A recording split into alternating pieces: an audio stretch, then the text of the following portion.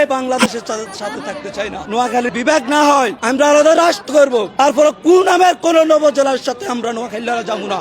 আলাদা রাষ্ট্র করার মতো নোয়াখালী সব কিছুই আছে। বাংলাদেশ থেকেও বড় 10 গুণ বড় আমাদের নোয়াখালী। নোয়াখালীর যে আয়তন বৃদ্ধি পাইতেছে বাংলাদেশ থেকে বড় অঞ্চল হইতে যাচ্ছে। নোয়াখালী বাংলাদেশের একটা সুনামধন্য জেলা, আদিকাল থেকে একটা জেলা। তবে আমাদের সাথে যদি সরকার বৈষম্য করে তাহলে আমরাও বৈষম্য করব। সরকার এই পর্যন্ত আমাদের নোয়াখালীতে কিছুই করে নাই।